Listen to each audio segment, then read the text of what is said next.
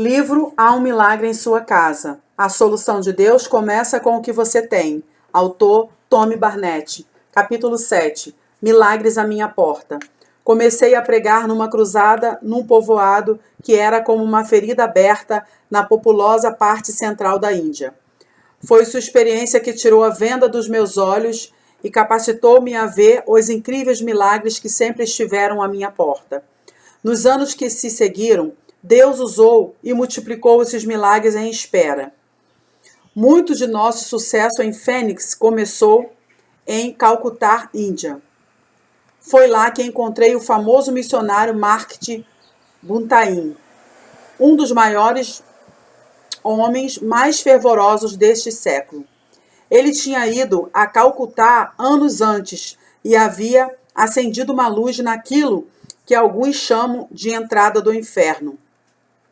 Livros, filmes e documentários foram feitos sobre sua extraordinária obra.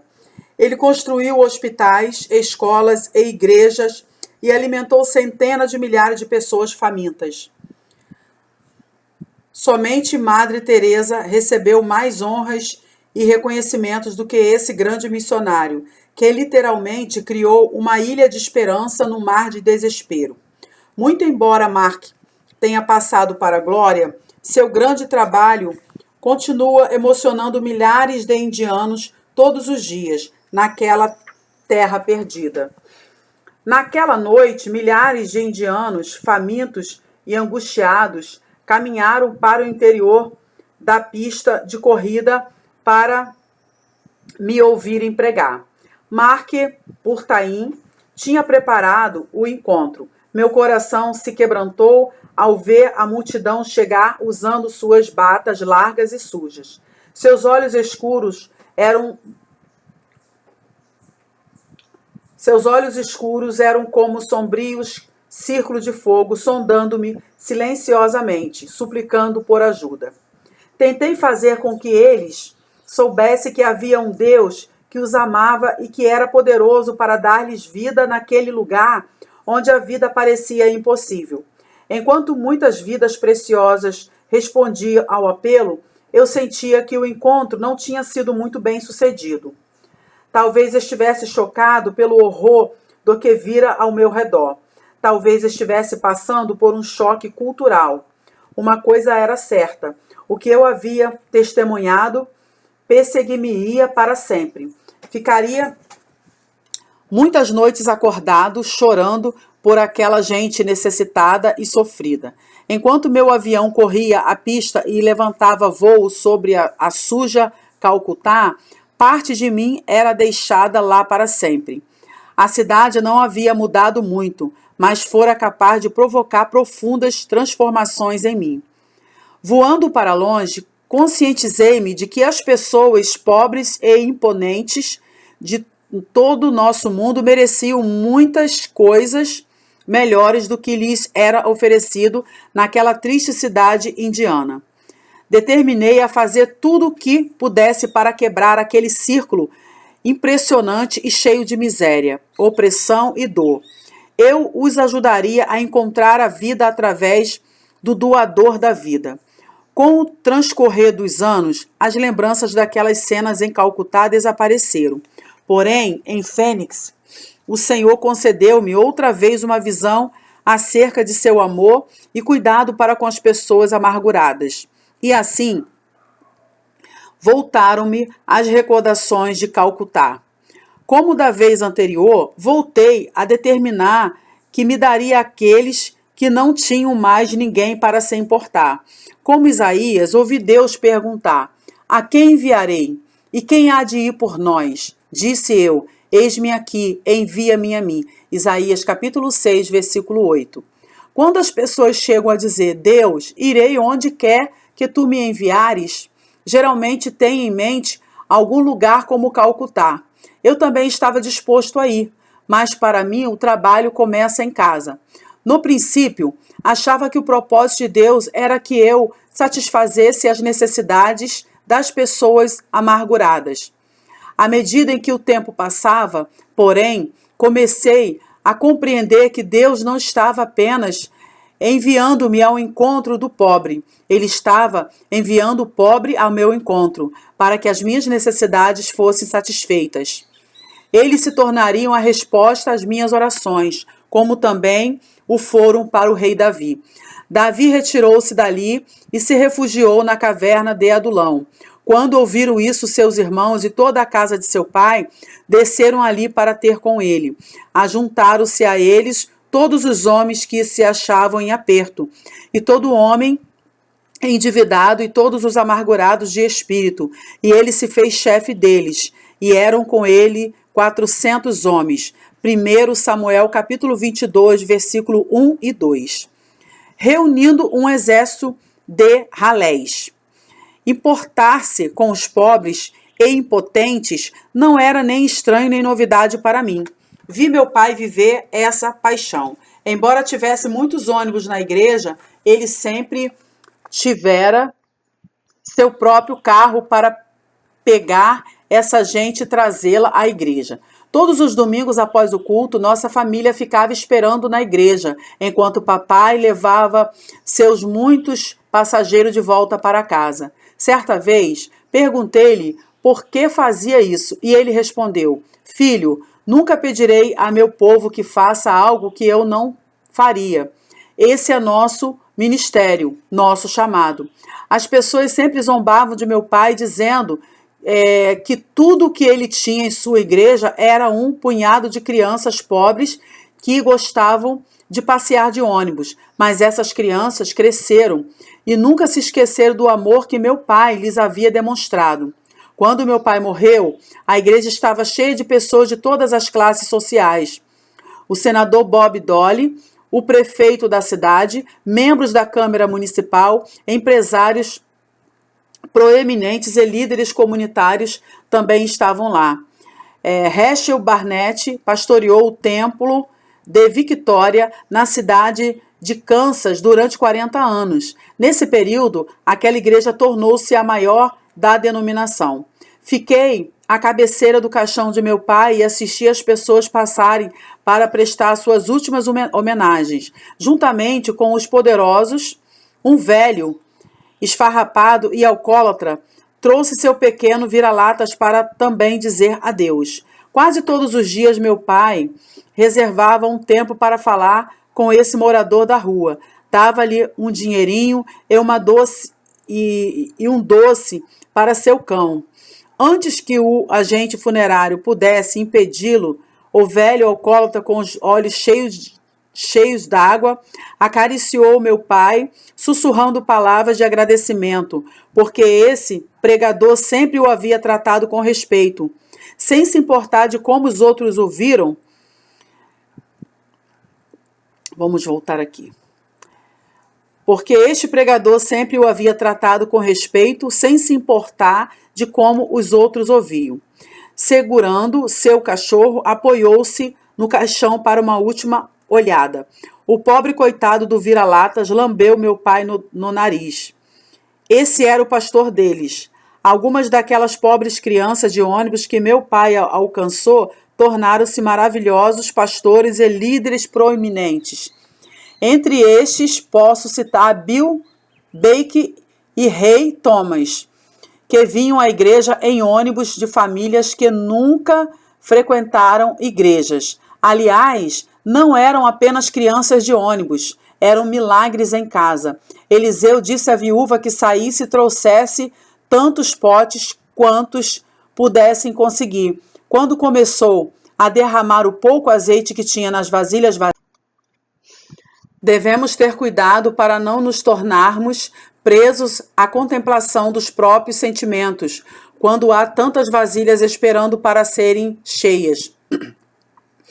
Em nossa igreja, os maiores milagres ocorrem entre as pessoas que se encontram jogadas pelas sarjetas, motoqueiros, viciados em drogas e presidiários. O reavivamento está onde se encontram as pessoas amarguradas. Jesus contou uma parábola acerca de um homem que deu um grande jantar. Ele convidou muitas pessoas, mas estas achavam-se preocupadas com outras coisas. O homem finalmente ordenou a seu servo: Sai depressa para as ruas e becos da cidade e traz aqui os pobres, os aleijados, os cegos e os coxos.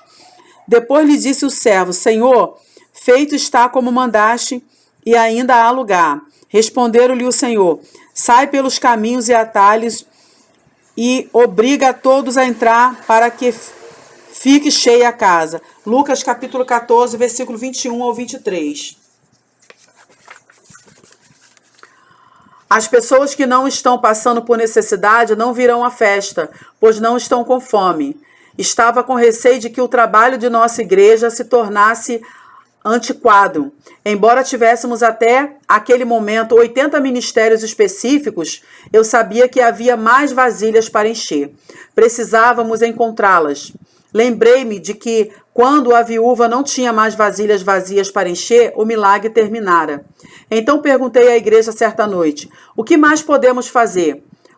Uma a uma, as pessoas começaram a se levantar para expor suas preocupações. Disse uma senhora: precisamos começar um ministério para alcançar as prostitutas. Fui prostituta e ninguém está fazendo nada para ajudá-las. Respondi-lhe de imediato: faça-o agora, dirigente do Ministério das Prostitutas. Outro levantou-se: somente a cidade de Salt Lake tem uma população de mormons maior que a de Fênix.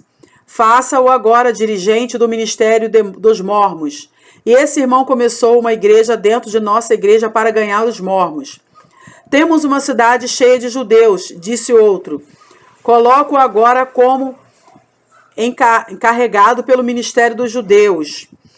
Gade John levantou-se e perguntou: e as jovens não crentes que ficaram grávidas e não querem abortar seus filhos bebês? Jenny e Calone abriram sua casa para abrigar algumas mães solteiras. Logo a casa estava cheia.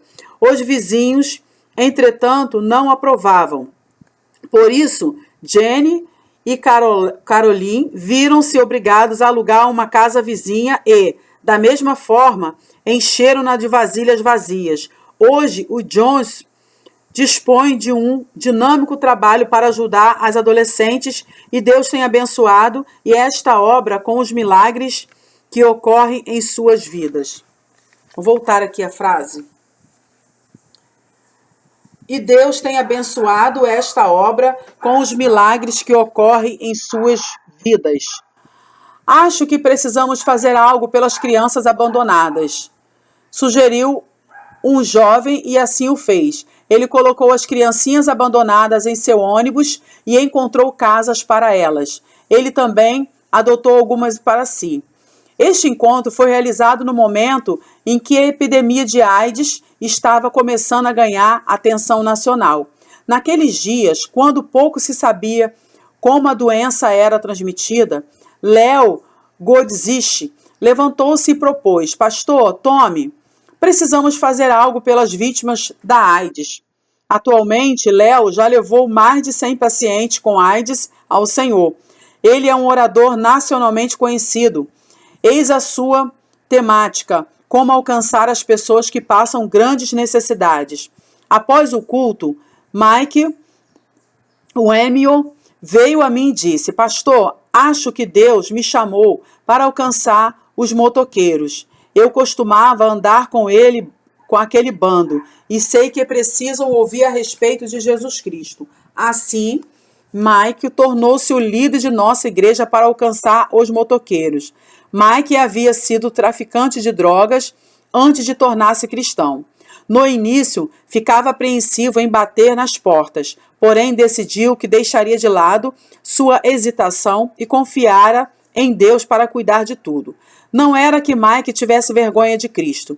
Ele apenas sabia que por detrás de alguma daquelas portas poderia haver alguém disposto a matá-lo por alguma transação de drogas do passado. Eu apoiava integralmente todos esses novos ministérios para pessoas sofredoras, mas o trabalho entre os motoqueiros preocupava-me um pouco.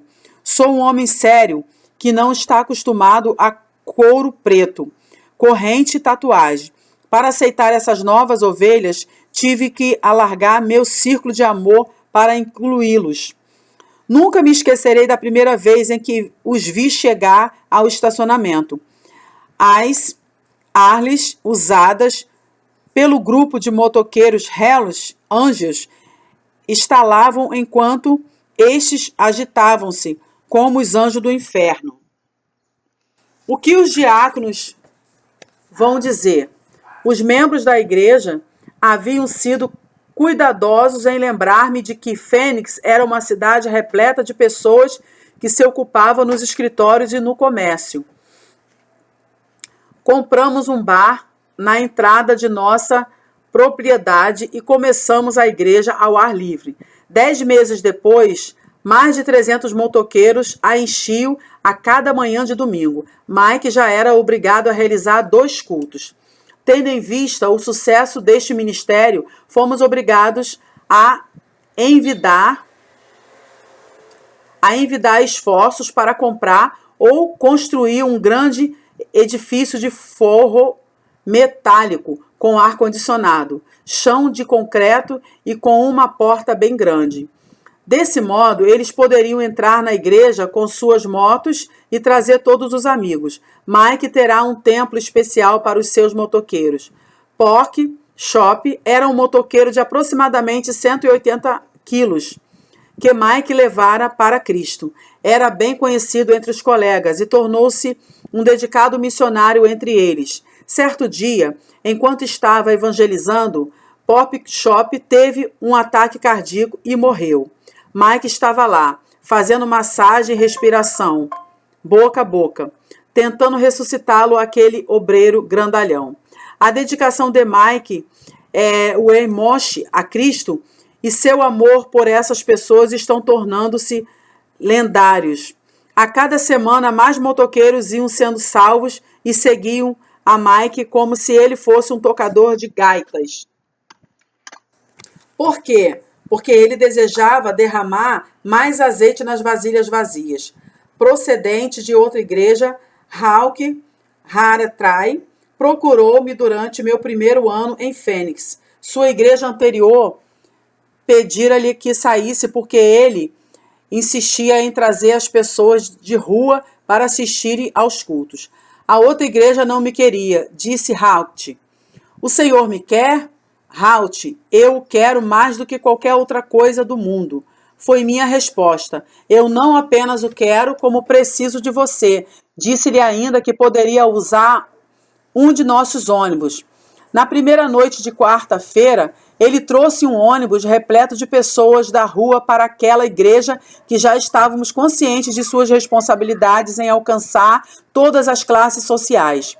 Entre os que Hawk trouxera, havia um homem que tinha se embriagado. Antes mesmo que eu chegasse ao culto, o homem já estava no púlpito, querendo pregar. Enquanto ele estava sendo conduzido de volta para seu banco, fui falar diretamente com Hawk. Oh, pastor, sinto muito. Não trarei mais ninguém se o Senhor assim o quiser. Quero que você traga ainda mais pessoas na próxima semana, disse a Hawk. E ele o fez. Não permitimos que esse incidente prejudicasse nosso programa de evangelismo. A igreja na rua, como começamos a chamá-la, aumentou a tal ponto que Hawk trazia para as reuniões 5 ônibus cheios. Richard Rudalia foi encontrado bêbado, deitado numa cama em certo abrigo. Toda semana Hawk o convidava a ir à igreja, mas ele estava sempre bêbado. Tudo o que faziam eram promessas, até que certo dia Hawk o pegou quando estava sóbrio, e ele veio. Richard havia sido um condutor bem-sucedido antes de sua vida ser destruída pelo álcool. Ele veio até o altar, aceitou Jesus e foi imediatamente liberto do álcool e 2 cigarros. Agora Rich é novamente um respeitado homem de negócios e possui uma bela família. Ele é o agente de negócio da igreja da rua e a mão direita de Hawk. Por um longo tempo, o sonho de Hawk era o de ter sua própria igreja para esse tipo de pessoas, com um abrigo para colocá-los. Atualmente possui a sua igreja, uma missão e 7 abrigos para pessoas carentes. Hawk Hatley dirige talvez o maior ministério para pessoas de rua. Pouco tempo depois, a igreja na rua alcançava 2.500 pessoas amarguradas e desabrigadas. Tanto pessoas foram salvas nas prisões que os guardas até nos permitiram colocar um tanque de batismo no presídio para batizar os novos convertidos. Aos domingos à noite, nossa igreja é frequentada regularmente por 200 pessoas que moram no parque.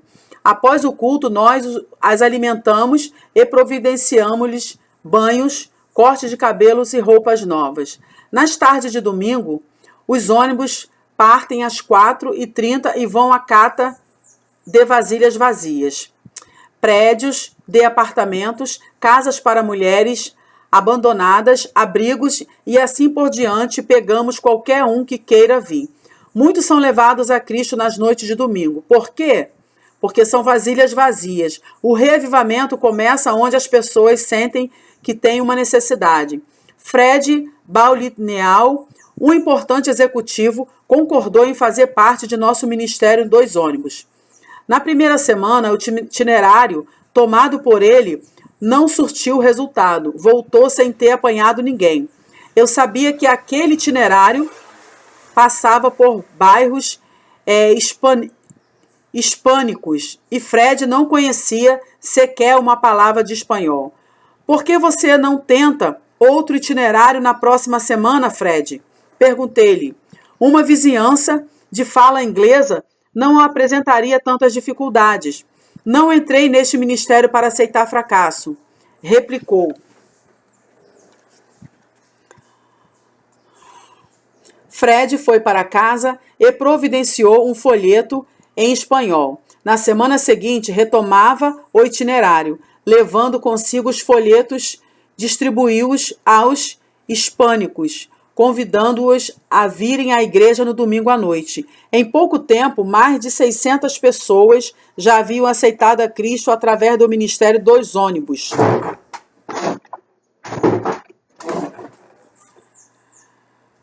Seu entusiasmo era tanto que já esperava dobrar em breve aquele número.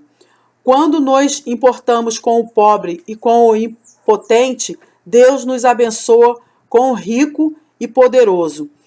Os especialistas, porém, afirmam que se você gasta muito tempo alcançando as pessoas,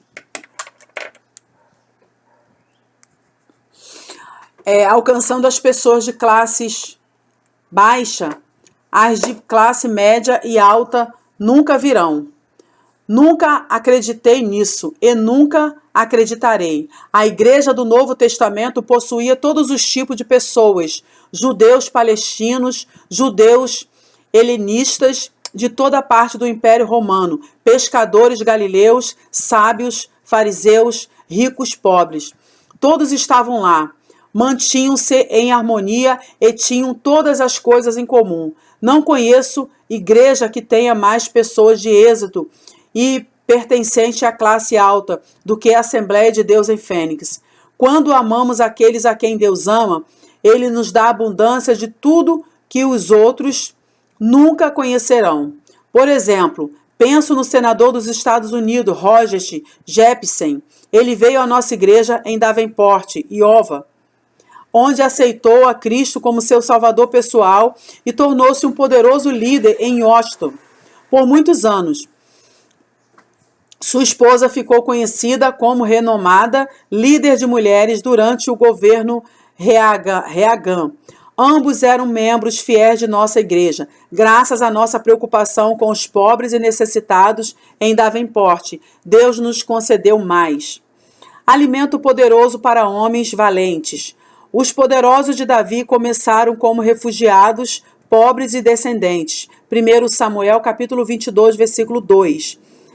Davi não lhes prestou nenhum favor ao aceitar o engajamento deles em seu exército, pois eram a sua única esperança. De igual modo, posso dizer que Deus não me enviou para ajudar os feridos. Ele enviou os feridos para me ajudarem. A igreja em Fênix ficou cheia de pessoas maravilhosas, respeitáveis, bem-sucedidas e dedicadas, mas muitas delas vieram como viciadas em drogas, gente de rua ou motoqueiros. Uma mulher veio à nossa igreja e sentou-se na primeira fileira de bancos por muitos meses. Ela nunca atraía muita atenção, até que alguém a viu entrar no banheiro dos homens. Ela, ou melhor, ele, era na verdade um homem vestido de mulher. Era um indivíduo amargurado e aflito procurando por ajuda. Léo Godzilla, que estava com o ministério de AIDS e entendia da situação, pregou para ele. Este homem foi salvo e, mais tarde, experimentou uma tremenda e completa cura emocional. Ele, que viera vestido de mulher e ficara uma semana afastada de nossa igreja por ter decidido fazer uma operação para mudança de sexo, serve junto a mim como diácono na área de visitação e acha-se completamente comprometido com a causa de Cristo. A bravura e dedicação com a qual Davi foi servido por seus poderosos são incomparáveis. A lealdade daqueles homens foi além da simples obediência. Eram verdadeiramente devotados a ele como amigos. Também 3 dos 30 cabeças desceram e no tempo da cega foram ter com Davi, a caverna de Adulão. E uma tropa de filisteus se acampara no vale de Refaim. Davi estava na fortaleza e a guarnição dos filisteus em Belém. Suspirou Davi e disse: quem me dera beber água do poço que está junto à porta de Belém. Então aqueles 3 valentes romperam pelo acampamento dos filisteus e tiraram água do poço junto à porta de Belém. Tomaram-na e levaram a Davi. Ele não a quis beber, porém a derramou como libação ao Senhor. E disse: longe de mim, ó Senhor, fazer mal coisa. Beberia eu o sangue dos homens que lá foram perigo de sua vida, de maneira que não a quis beber. São estas 3 coisas que fizeram os 3 valentes. Segundo Samuel 23, versículo 13 ao 17. Nunca poderei dizer o suficiente sobre os homens e mulheres valentes que Deus colocou ao meu redor. Eles protegem-me, encorajam-me e nunca deixam de me surpreender-me. Não fiz muito por eles, somente acreditei neles, pois cada um tinha semente de grandeza em seu interior. As pessoas dizem: olhe que igreja Tommy Barnett construiu. Porém, outros homens e mulheres a fizeram. Fui apenas um líder incentivador. Jesus também acreditava nas pessoas. Tanto é que ele confiou a proclamação das boas novas nas mãos de 12 homens. E se este tivesse falhado, o evangelho hoje não teria sido conhecido. Em 1971, Deus enviou um casal jovem, Dali e Liam Lane, à minha igreja em Davenport, Iowa. Eles tinham o coração aberto para servir ao Senhor. Suas vidas eram um verdadeiro desafio. Consagraram-se a si mesmos, bem como seu tempo, sua família e suas finanças à obra de Deus. Embora Dali tenha começado como motorista de ônibus, sempre teve em mente atender às grandes necessidades dos aflitos. Logo cedo, numa manhã muito fria de inverno, eu estava tentando fazer os motores dos ônibus pegarem, pois nessa época do ano isto é muito difícil. Eu já estava sentindo-me frustrado quando Dale parou e disse: pastor, vai estudar e preparar o sermão. De agora em diante, cuido disso. Dali hoje é o meu co-pastor. Acredito que é o mais notável co-pastor da América. Considero-me Arão e é os meus braços, minhas pernas e minhas mãos estendidas. Posso sempre contar com ele.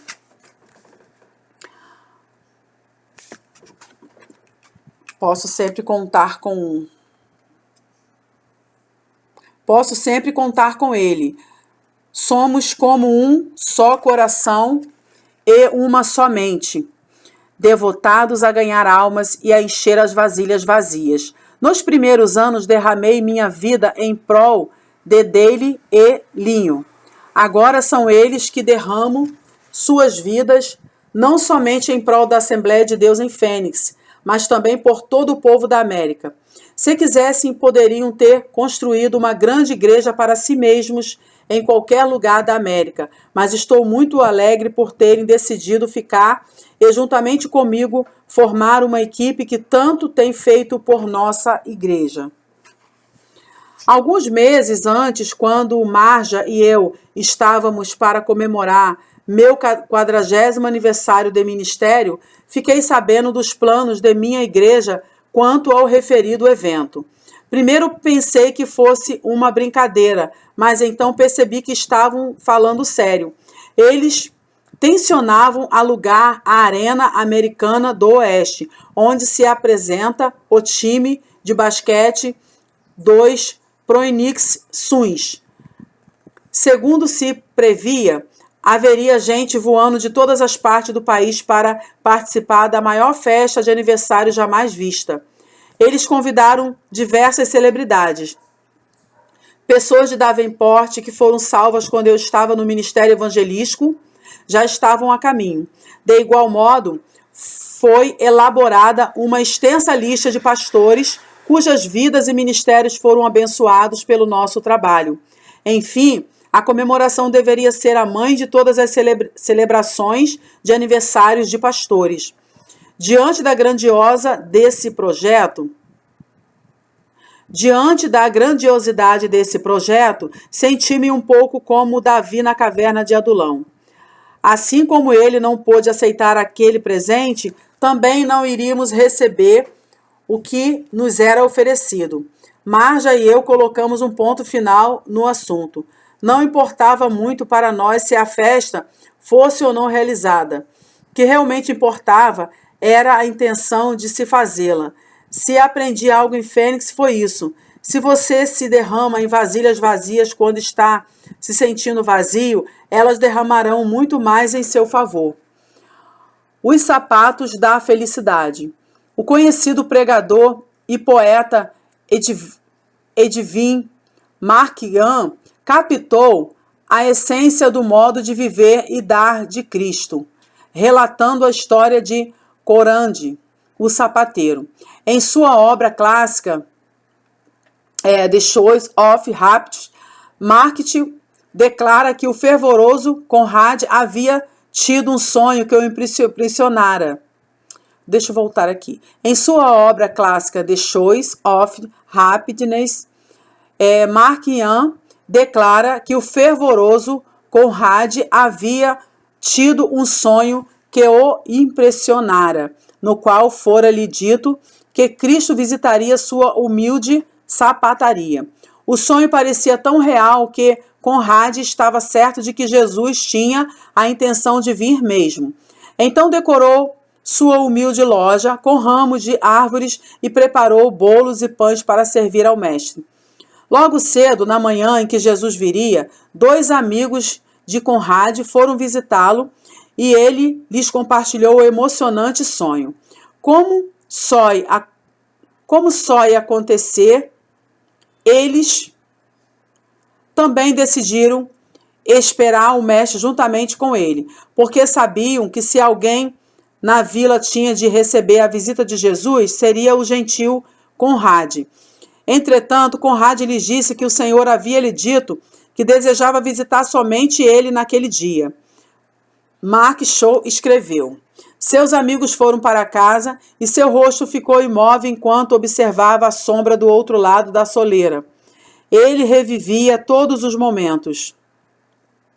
Quando o Senhor entrar pela estreita porta, a batida, a chamada, a trava puxada, a face iluminada, o cálice oferecido, ele lavar-lhe-ia os pés feridos pelos cravos, beijar-lhe-ia as mãos laceradas pelos pregos, e então finalmente ele se sentiria com ele.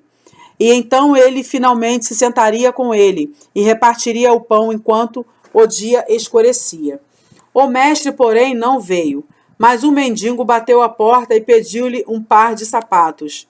Conrad ficou irritado pela interrupção, mas seu terno coração não lhe permitiu ignorar a necessidade do velho homem. Apressadamente fez os sapatos e os deu ao pobre mendigo, mandando-o logo embora. para que este não atrapalhasse a visita do grande convidado. Um pouco mais tarde, outra batida soou e Conde estava certo de que era o mestre desta vez, mas era apenas uma velha faminta carregando pesada carga de varetas. Ela pedia comida e Conrad relutantemente lhe deu. A única comida que possuía era a que havia preparado para o mestre. A cada mordida, o coração de Conrad se entristecia. Temia que não tivesse nada para oferecer a seu senhor e esperava intimamente que ela partisse. Entretanto, a velha e frágil mulher devorou cada migalha. Então pediu a Conrad que a ajudasse a chegar até a entrada da vila, porque sua carga era muito pesada. Ele não queria deixar a loja, mas novamente o sapateiro não poderia negar-lhe ajuda. Escreveu um rápido bilhete e colocou-o na porta, esperando que o mestre não deixasse de visitá-lo. Quando Conrad retornou, o bilhete ainda estava lá, intacto. Desta forma, ele soube que o mestre não havia chegado. Já à tarde da noite, houve uma última batida na porta do sapateiro. O coração de Conrad bateu mais forte em seu peito, sabendo que finalmente seria o mestre. Mas, quando abriu a porta, encontrou uma criança perdida chorando. Senhor, estou perdido, disse-lhe o menino chorando. O senhor poderia me ajudar a achar a minha casa?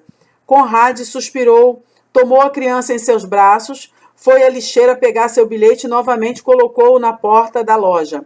Ele levou o garoto até o outro lado da vila, para sua mãe aflita. Voltando rapidamente, esperava não ter perdido o mestre, e então viu o bilhete já usado, intacto. Jesus ainda não havia chegado. Aproximando-se à meia-noite, Conrad tinha certeza de que o mestre não apareceria à sua porta. Realmente tudo não passara de um sonho. O coração do gentil sapateiro ficou amargurado e em profunda tristeza ajoelhou-se chorando. Por que, Senhor, se atrasaste? Por acaso se esqueceste de que o dia marcado era hoje? Então, quebrando o silêncio, uma voz suave ele ouviu. Alegra teu coração, pois cumpriu minha palavra. 3 vezes vim à tua porta piedosa. 3 vezes minha sombra esteve em teu chão. Eu era o mendigo com os pés feridos, era a mulher a quem deste de comer, era a criança sem casa, vivendo nas ruas.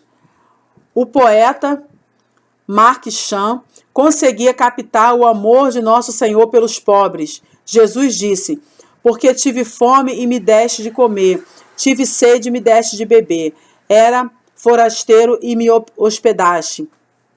Estava nu e me vestiste, enfermo e me visitaste, preso fostes me ver. Então perguntarão os justos, Senhor, quando foi que te vimos com fome e te demos de comer, ou com sede e te demos de beber? E quando te vimos forasteiros e hospedamos-nos, ou nu e te vestimos? E quando te vimos enfermo ou preso e te não fomos visitar? O rei respondendo, lhes dirá, em verdade, vos afirmo que sempre que o fizeste a um destes meus pequeninos irmãos, a mim o fizeste. Mateus capítulo 25, versículo 35 ao 40. Manda-nos a palavra de Deus que vejamos o pobre como pessoas e não como meras estatísticas ou como parasitas, desprezados pela sociedade. Claramente, Deus insiste que o valor da pessoa não tem nada a ver com o que elas possuem. Descobri que enquanto alcançarmos pessoas amarguradas, derramamos azeite em vasilhas vazias. Assim o milagre de Deus continua em nosso meio. O azeite fresco se multiplica e essas pessoas tornam-se o milagre em nossa casa. Glória a Deus. Chegamos ao final do capítulo 7. Já vamos para o capítulo 8. Não deixe os problemas impedi-lo de chegar ao milagre. A cidade estava dilacerando-me. História de primeira página. Editoriais desagradáveis. Comentaristas de rádio sarcásticos e caricaturas zombeteiras. Todos lançavam suas melhores armas, tentando fazer-me desistir. Havia muito em jogo. Capítulo 8. Não deixe os problemas impedi-lo de chegar ao milagre. A cidade estava dilacerando-me. Histórias de primeira página, editoriais desagradáveis, comentaristas de rádio sarcásticos e caricaturas zombeteiras. Todos lançavam suas melhores armas, tentando fazer-me desistir. Havia muito em jogo, realmente mais do que cheguei a compreender, mas sabia que havia um milagre para ser encontrado em cada situação. Teria apenas de ter cuidado para não deixar os meus problemas levarem-me a perdê-lo. Vejo agora que se tivesse respondido de acordo com meus sentimentos, a bênção teria passado por mim, e eu teria perdido o milagre. Senti-me de algum modo sozinho no meio da batalha. Você já notou que quando enfrenta um grande problema, as pessoas esquivam-se de você? Bem, eu estava com um grande problema. E tudo começou sobre uma colina. No remoto meio-oeste, nós as chamávamos de colinas, embora fossem reverentemente elevadas à condição de montanha aqui no deserto. Esta gigantesca colina de carvalho e areia era apropriadamente denominada de Shadow Mountain, Montanha das Sombras. E certamente ela lançou uma sombra grande e escura sobre minha vida durante muitos meses. O problema teve início com um sonho. Edificada na base da montanha, nossa igreja era cuidadosamente projetada para acomodar-se no árido terreno. Sempre conscientes da beleza natural e selvagem, procurávamos valorizar e compreender nosso meio ambiente, proporcionando uma estrutura que impusesse respeito ao nosso povo e a toda a comunidade. Sabendo que a arquitetura é música congelada, desejávamos orquestrar o melhor para o Senhor. Parte de nosso plano, principalmente, era destinado a uma singela capela de oração para abraçar o despenhadeiro inclinado de Shadow Mountain. Proporcionaria um santuário de consolo e refrigério espiritual para todos. Imaginei um lugar semelhante para nossa cidade, agitada e tão necessitada espiritualmente. Nessa pequena capela estariam em funcionamento uma dúzia de linhas telefônicas para atender as pessoas entristecidas. Haveria facilidades para aqueles que fazem extensos passeios e que caminham penosamente pelas trilhas da majestosa montanha. O mais importante de tudo é que a capela seria um lugar aconchegante e querido, onde todos poderiam vir para orar com privacidade, sem se importar com sua prática denominacional. Como cidadãos, devemos ser responsáveis por nossa comunidade. Por isso, não traçamos nossos planos clandestinamente. Na verdade, nós os pusemos ao prefeito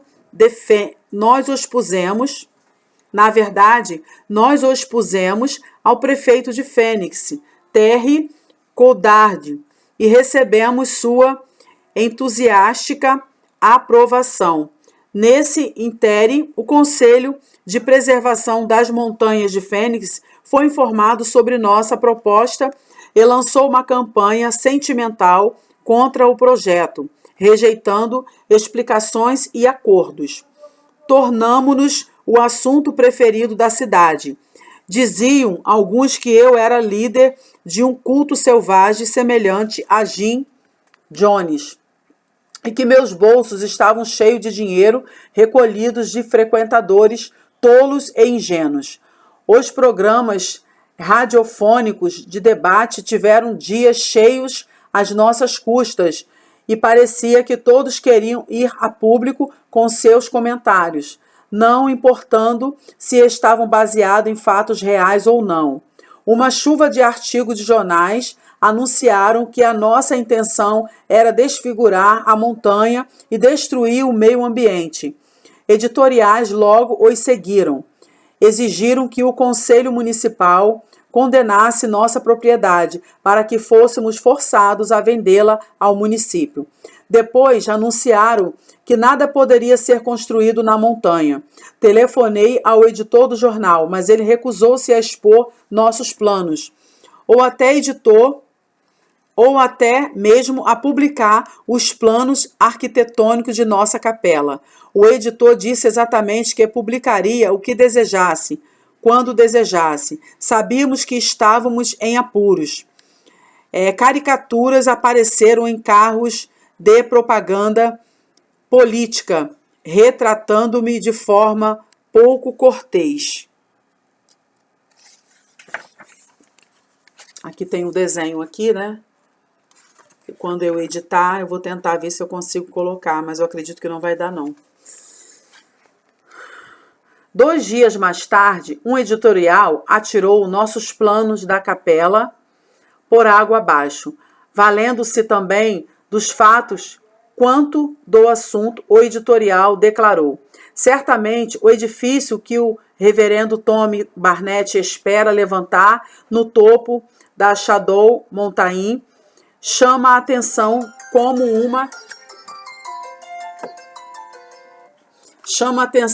uma ferida aberta.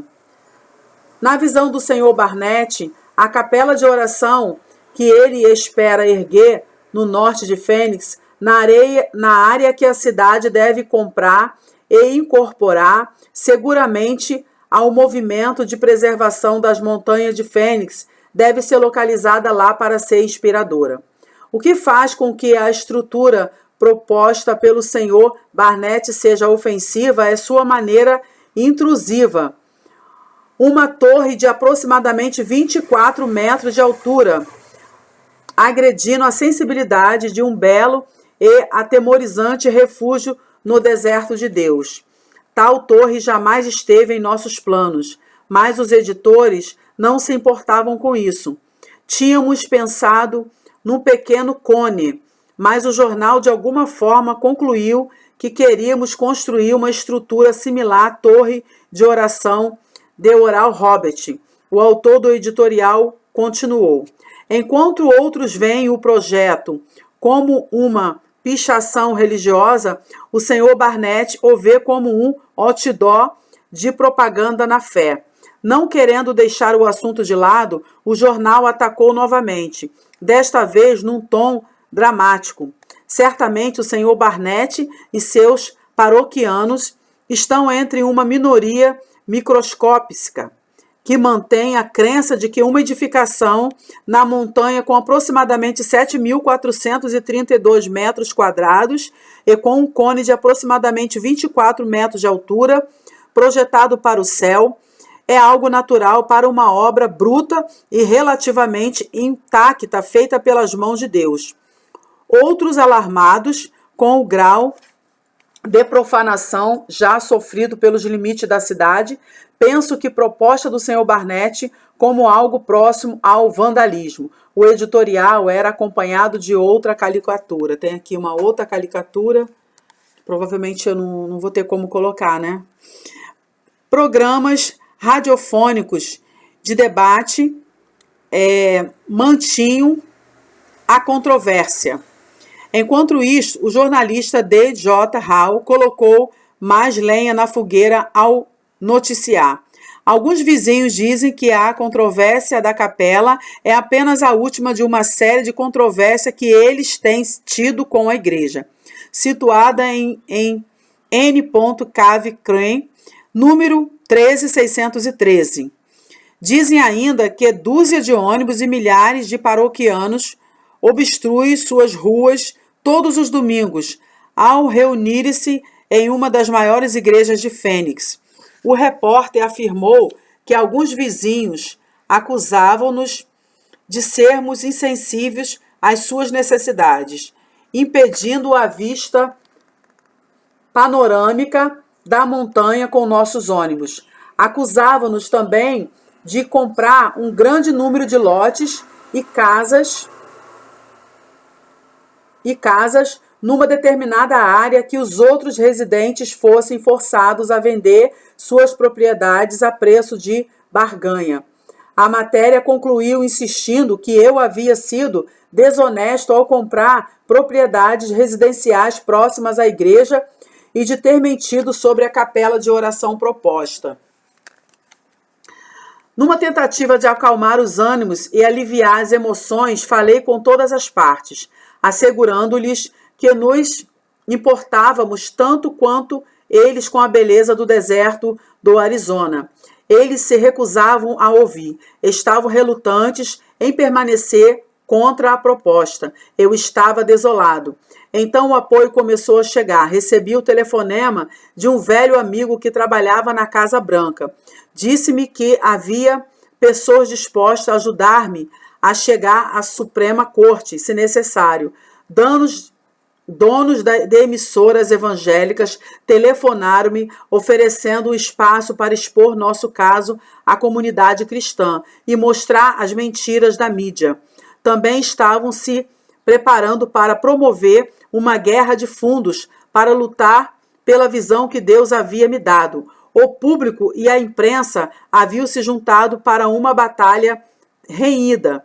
O cenário seria um lugar não recomendável, melhor conhecido como prefeitura. Eu era o alvo e meus oponentes já tinham minha lápide gravada. Sempre que me encontro numa situação dessas, geralmente sinto-me magoado.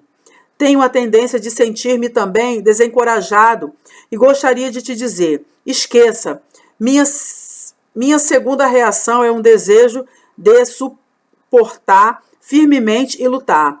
Neste caso específico, parecia possuir muitas armas, dinheiro, a mídia cristã, advogados e milhares de pessoas de minha igreja que estavam prontas e dispostas a ir à prefeitura. Depois de certo período, finalmente chego a ponto de desistir da luta e acabar com minha angústia. Meu Deus, que coisa, né? Que batalha travada, né? Misericórdia. Tudo o que eu quero, então, é o que Deus quer. Descobri que é difícil encontrar um milagre em casa até chegar a este ponto. Quando você está tentando lutar com as próprias forças, outro perigo se apresenta. Você é tentado a realizar seus próprios milagres. Lembra-se de Abraão tentando realizar o próprio milagre com sua serva Agar?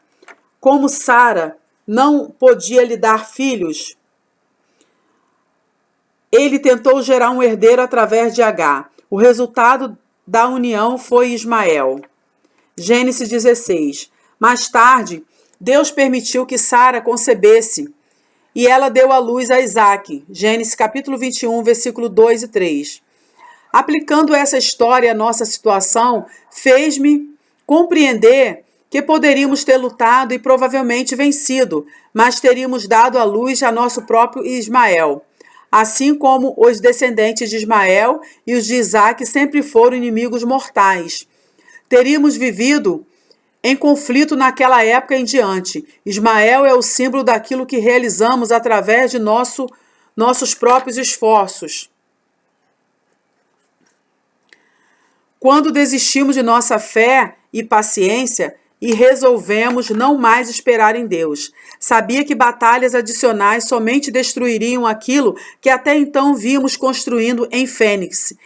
Esta controvérsia teria de acabar e acabar rapidamente. Embora acreditasse que poderia ter lutado e ganho a batalha, poderia ter perdido a verdadeira guerra.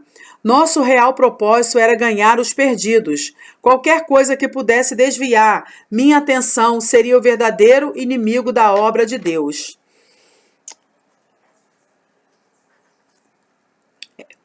Quando todas as partes haviam se reunido na prefeitura no dia marcado, levantei-me e pedi a palavra. Antes que o primeiro tiro pudesse ser disparado, afirmei: quero que vocês saibam que nunca tivemos a intenção de ser qualquer outra coisa senão uma bênção para a cidade. Se houve houver apoio para a construção na montanha, continuaremos a fazer o que já vínhamos fazendo: alimentar os famintos, vestir os nus, etc.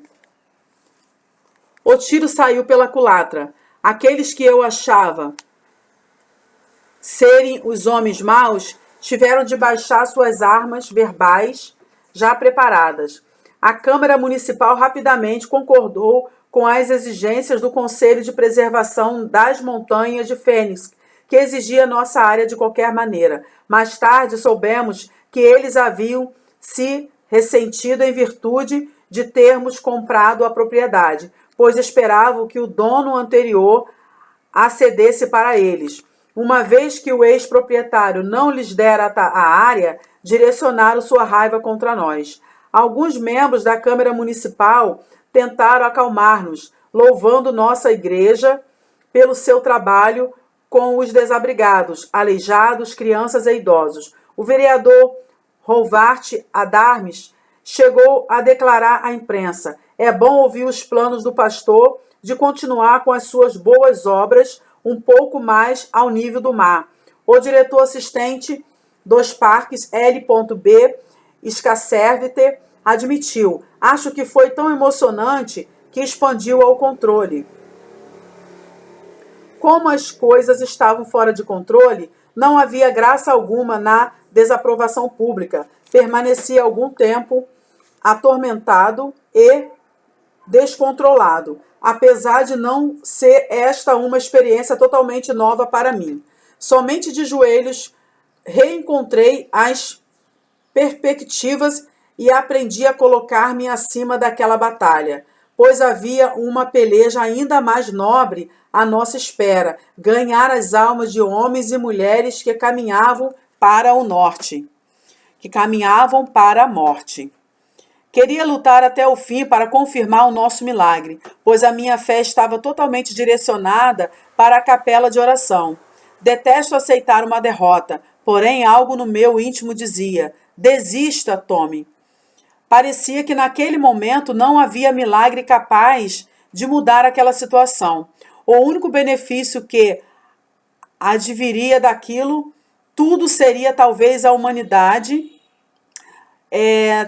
O único benefício que viria de tudo aquilo, talvez a humildade de Tommy Barnett. Porém, conforme já mencionei, o milagre que Deus quer nos dar sempre surge da forma mais inesperada possível.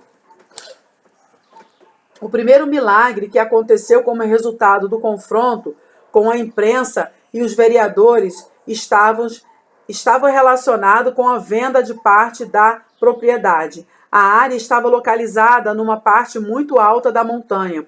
Só tinha realmente valor para nós, porque desejávamos construir nela. E, além do mais, o custo para se construir seria elevado. Entretanto, devido ao furor que a comissão suscitou sobre aquela parte da propriedade, o valor daqueles 11 acres de terra subia assustadoramente.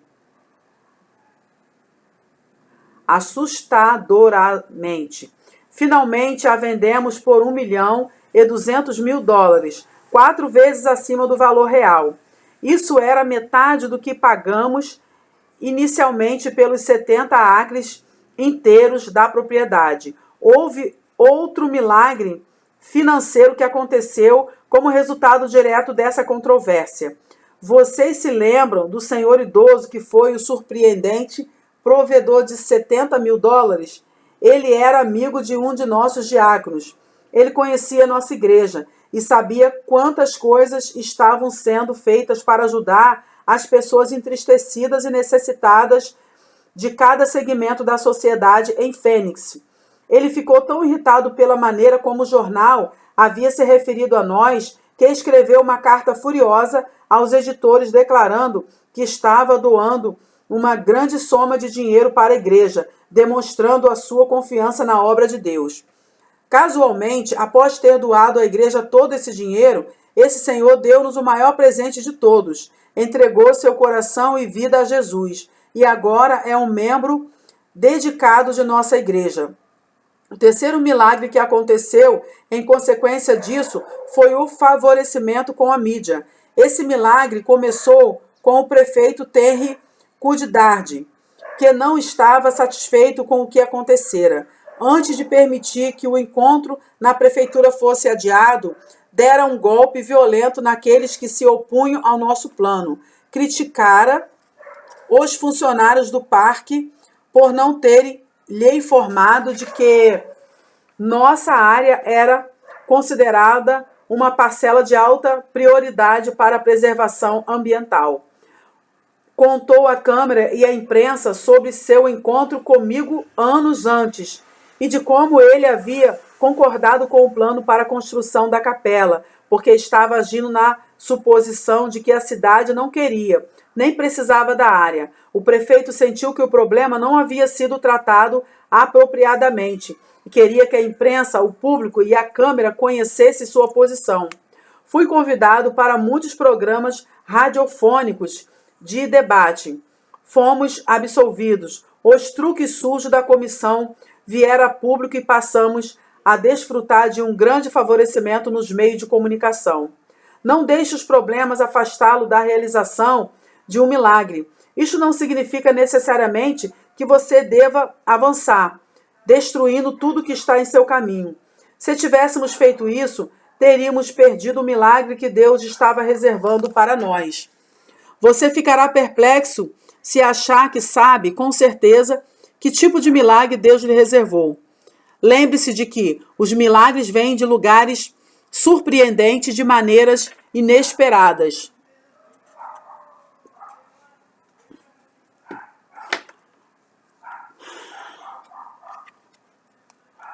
Glória a Deus, né? Você tem de crer que Deus está agindo de acordo com o seu plano divino.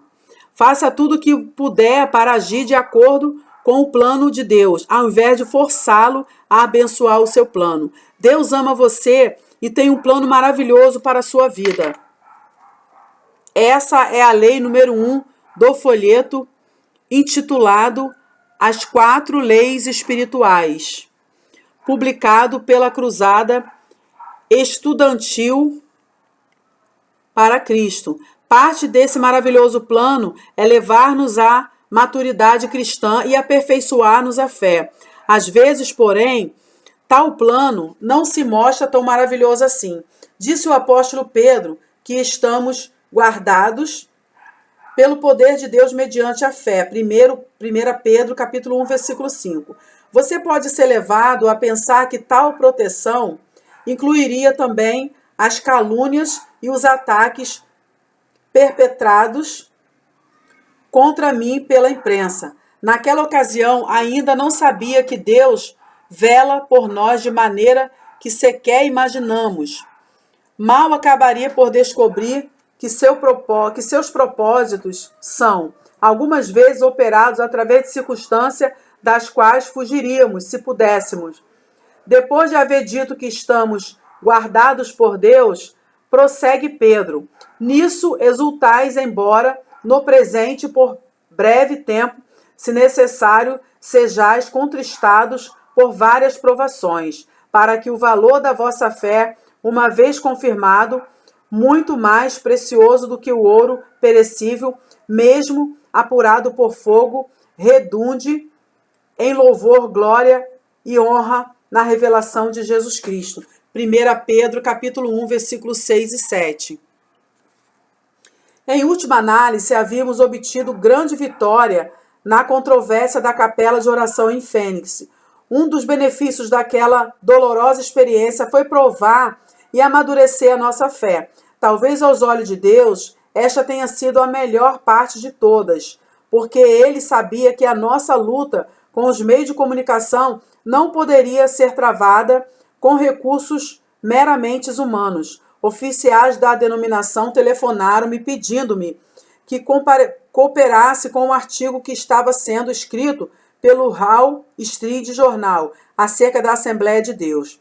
Asseguraram-me que a matéria ajudaria a recobrar a imagem, já bastante desgastada. em consequência dos escândalos causados por alguns dos chamados teleevangelistas. Eles, os oficiais da denominação, haviam sido contatados pelo prestigioso órgão de imprensa, que lhes prometera que um artigo de cunho positivo contrabalançaria a publicidade negativa de que a Assembleia de Deus vinha sendo vítima. A princípio hesitei, pois sabia quanto prejuízo poderia causar uma imprensa que não se regesse pela imparcialidade, mas, como insistissem, concordei, com alguma relutância, em cooperar.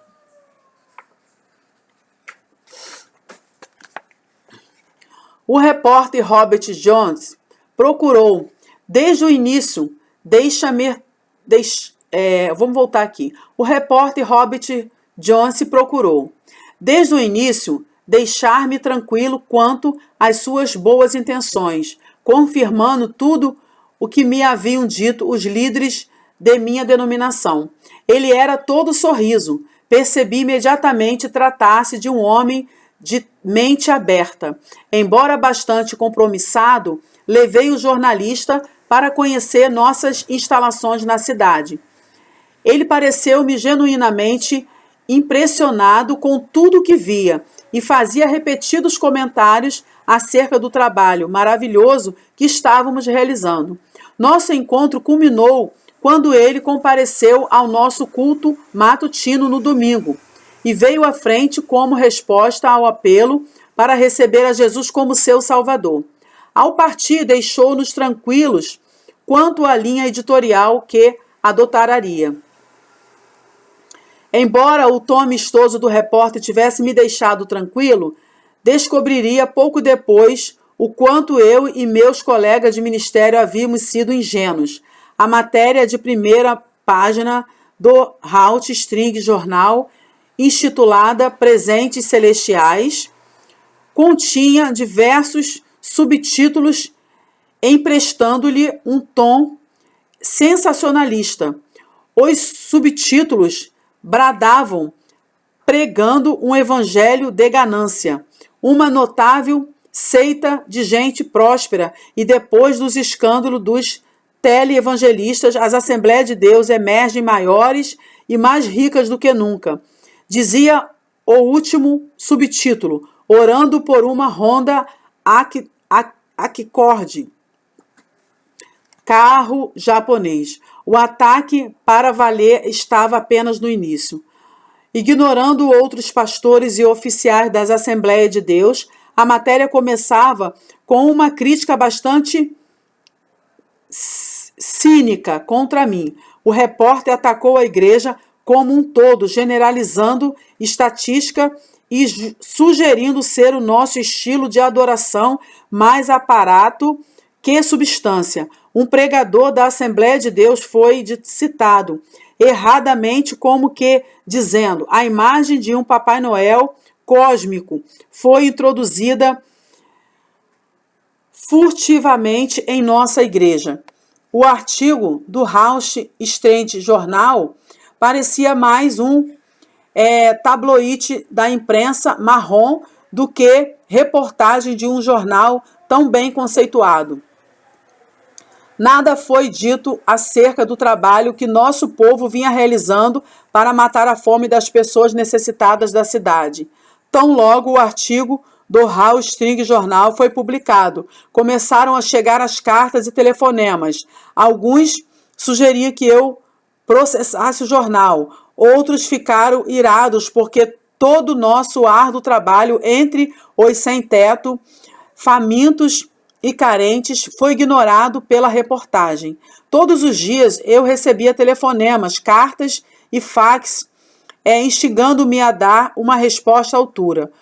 O subintendente-geral das Assembleias de Deus, Jean Raymond Cartson, escreveu: tentei falar-lhe diversas vezes nos últimos dias, desde que aquele artigo sobre nós saiu no Halt String Jornal. O autor da matéria fez de tudo para se mostrar alguém imparcial, mas acabou por exceder um jornalismo. Bem-aventurados sois quando, por minha causa, vos injuriarem e vos perseguirem, e mentindo, disserem todo mal contra vós. Regozijai-vos e exultai, porque é grande o vosso galardão nos céus, pois assim perseguiram aos profetas que viveram antes de vós. Mateus capítulo 5, versículo 11 e 12. Resolvi, finalmente, fazer alguma coisa. Escrevi uma carta a Robert Jones. Caro Rob, saudações cristãs. Embora seu artigo tenha me trazido muito desgostos, o que mais me entristeceste foi não lhe ter servido como uma boa testemunha de Jesus Cristo. Rob, se minhas palavras e ações ofenderam-lhe de alguma forma, ou se elas o escandalizaram, peço-lhes que me perdoe. Venho submetendo meu coração a um exame diante de Deus, em oração, e tenho rogado a Ele que remova qualquer coisa de minha vida que não esteja de acordo com a sua palavra. Realmente alegrou-me muito ter me encontrado com você, pois o achei muito amável, um cavalheiro. Na verdade, amo você em Cristo Jesus, Robin. E se algum dia puder ser-lhe uma bênção, entre em contato comigo. Uma vez mais, perdoe-me. Em nosso curto enquanto senti que você honestamente procura por Deus, apesar de o termos desviado por nossos métodos. Continue a olhar. Aquele que nunca falha. Oro por você todo dia e gostaria que você também fizesse o mesmo por mim. Seu amigo Tommy Barnett. P.S. Não é necessário responder-me.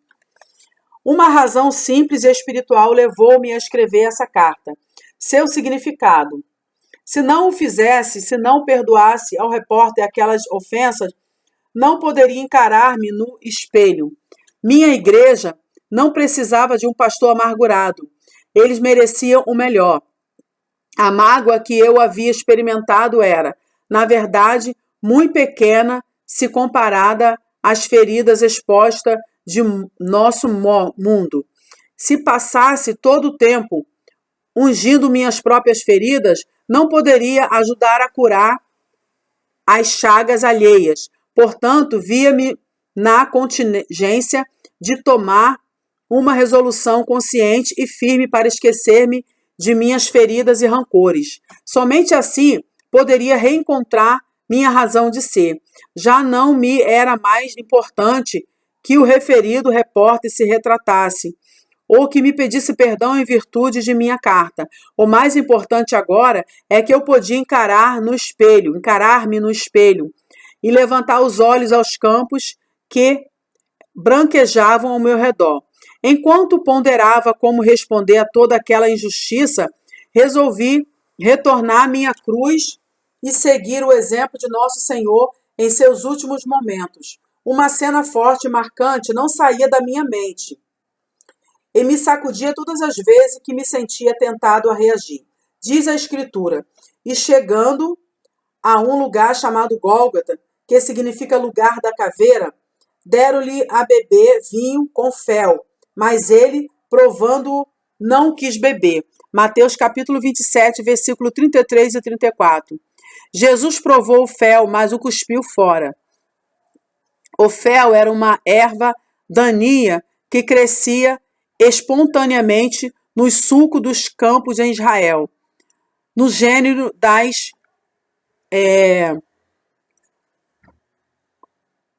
cucúrbitas. Era frequentemente misturado ao vinho para produzir um narcótico poderoso para amainar a dor. Era também usado para punir os malfeitores nos tempos de Jeremias, por causa de seu sabor acentuadamente amargo. Não podemos dizer se o fel foi oferecido a Jesus como um gesto de misericórdia ou pura maldade. Tudo o que sabemos é que o Senhor provou a bebida e a cuspiu para fora. Os episódios da vida estão de tal forma estruturados que, de vez em quando, oferecem-nos a beber vinho com fel. Se de fato fomos chamados para ser como Jesus, devemos cuspir fora o amargor, recusando ingeri-lo. Quando estamos sendo crucificados, vemo-nos sempre tentados a beber vinho com fel. Se nos ferem de maneira implacável, qualquer coisa que nos amaine a dor, por um momento que seja, faz-nos muito bem. A autopiedade e a raiz de amargura são como fel. Tornam a dor momentaneamente mais suportável. Levam-nos a justificar nossa posição e a desgastar aos que nos açoitam, mas o amargor acabará por matar-nos também. Procurem ter paz com todos e se esforcem para viver uma vida completamente dedicada ao Senhor, pois sem isso ninguém o verá. Tomem cuidado para que ninguém abandone a graça de Deus, cuidando para que ninguém se torne como uma planta amarga que cresce e prejudica muita gente com veneno. Hebreus 12, 14 e 15. Drasticamente, muitos agem como aquela mulher que, nos primórdios deste século, foi mordida por um cachorro louco. Imediatamente pegou o bloco de papel e logo pôs-se a escrever uma longa lista de nomes. Quando alguém lhe perguntou por que fazia aquilo, respondeu: estas são as pessoas que pretendo morder antes de ir à sepultura. Raymond Carson dera-me esse sábio conselho: regozije-se e alegre-se quando o perseguirem e mentindo disserem todo mal contra você, por causa do nome de Jesus. Mas você não poderá regozijar-se a menos que cuspa fora todo fel. A dor presente passará. Não podemos deixar que o fel nos destrua. Após ter escrito a carta a Hobbit Johnny, meu espírito pôde alçar voo novamente. Sentia-me livre outra vez. Havia uma nova nota em minha canção. Já podia pregar com alegria, pois minha alma transbordava de amor pelo maravilhoso povo que Deus havia me dado. Vinha o sol brilhar por onde quer que olhasse. Havia perdoado e esquecido por minha própria causa, e fazendo tudo de tal forma para encontrar a plenitude da vida, fazendo os problemas tornarem-se seu servo. Quero mostrar-lhe um princípio que mudou minha vida e a minha igreja. Falando através do profeta Jeremias, o Senhor Deus declarou: Nabucodonosor, rei da Babilônia, meu servo. Jeremias capítulo 25, verso 9. Posso entender por que Abraão, Moisés, Jó, Josué e outros foram chamados meu servo. Mas Nabucodonosor, esse rei perverso sem piedade, vil e cruel?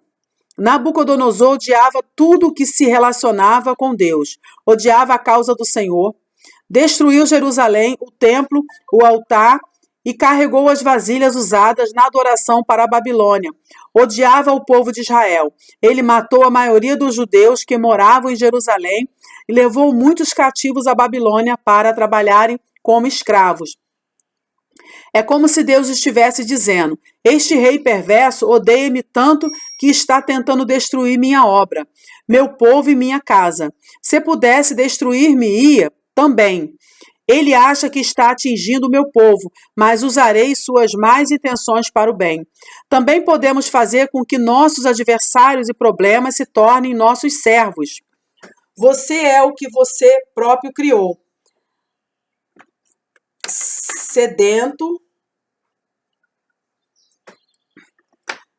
Cedendo a Satanás e às suas pressões, você pode abrir brechas para que os adversários atinjam seu espírito e o destruam. Seus problemas podem tornar-se uma pedra de tropeço ou um degrau que o leve a um lugar mais alto. Podem tornar-se seu mestre ou seu servo. Determinei que eu usaria as adversidades e as oposições como meus servos, e você pode fazer a mesma coisa. Você se recorda de quando o editor do jornal se recusou a ouvir o meu lado da história e afirmou que poderia imprimir qualquer coisa que quisesse? A The Arizona determinaram que seriam meus oponentes mas Deus fez com que a crítica injusta e parcial destes órgãos de imprensa se tornasse uma serva da Assembleia de Deus e minha. Há pessoas que experimentam algo que parece ser muito mais do que sua parte nas dificuldades. Os tempos difíceis fazem com que algumas se tornem mais amargurados. Os tempos difíceis fazem com que alguns se tornem mais amargurados e outros melhores. Alguns permitem que os problemas do passado afetem sua fé. Quando enfrentam um novo desafio, tudo o que conseguem pensar são nos problemas do passado. Parecem riscos arranhados, repetindo os mesmos problemas. Gideão era assim. Os midianitas haviam invadido Canaã e violentamente dominado os filhos de Israel. Como muitos hoje em dia, Gideão teve dificuldades para crer que o Deus dos milagres estava com eles, por causa de todos os problemas que enfrentavam. Então veio o anjo do Senhor e assegurou-se debaixo do carvalho que está em Ofra, que pertencia a Joás, o Obiezrita. E Gideão, seu filho, estava malhando trigo no lagar, para o pôr a salvo dos midianitas. Então o anjo do Senhor lhe apareceu e lhe disse: O Senhor é contigo, homem valente. Respondeu-lhe Gideão: Ai, Senhor meu, se o Senhor é conosco, por que nos sobreveio tudo isto? E que é feito de todas as suas maravilhas que nossos pais nos contaram, dizendo: Não nos fez o Senhor subir do Egito, porém agora o Senhor nos desamparou e nos entregou nas mãos dos midianitas. Então se virou o Senhor para ele e disse: Vai nessa tua força e livra Israel da mão dos midianitas. Porventura não te enviei eu? Juízes capítulo 6, versículo 11 ao 14. A ocupação dos midianitas teve seu propósito na disciplina dos filhos de Israel, mas também era uma oportunidade para Gideão. Se ele quisesse de fato ser usado por Deus de uma maneira marcante, primeiro teria de esquecer o que estava atrás e avançar com fé. Precisava parar de alimentar os problemas do passado. Os problemas podem ser seus servos ou podem mantê-lo afastado da realização de um milagre. Podem ser seu degrau de subida ou sua pedra de tropeço. Podem torná-lo melhor ou apenas mais amargurado. Depende de você. Chegamos aqui então ao final do capítulo 8. Quero agradecer a você que ficou comigo até agora. Muito obrigada aí pela sua participação em nosso canal. Se você é novo por aqui, quero pedir para você se inscrever em nosso trabalho. É muito importante a sua inscrição, ativa as notificações, porque fazendo assim, você não vai perder nenhuma parte do nosso livro, né? Há um Milagre em Sua Casa. Fazendo assim, você vai estar com uma instrução melhor para poder atender a sua comunidade, a sua igreja, a sua vida pessoal e assim o seu ministério. Fiquem todos com Deus e até o nosso próximo audiobook, a continuação do nosso livro Há um Milagre em Sua Casa. Amém.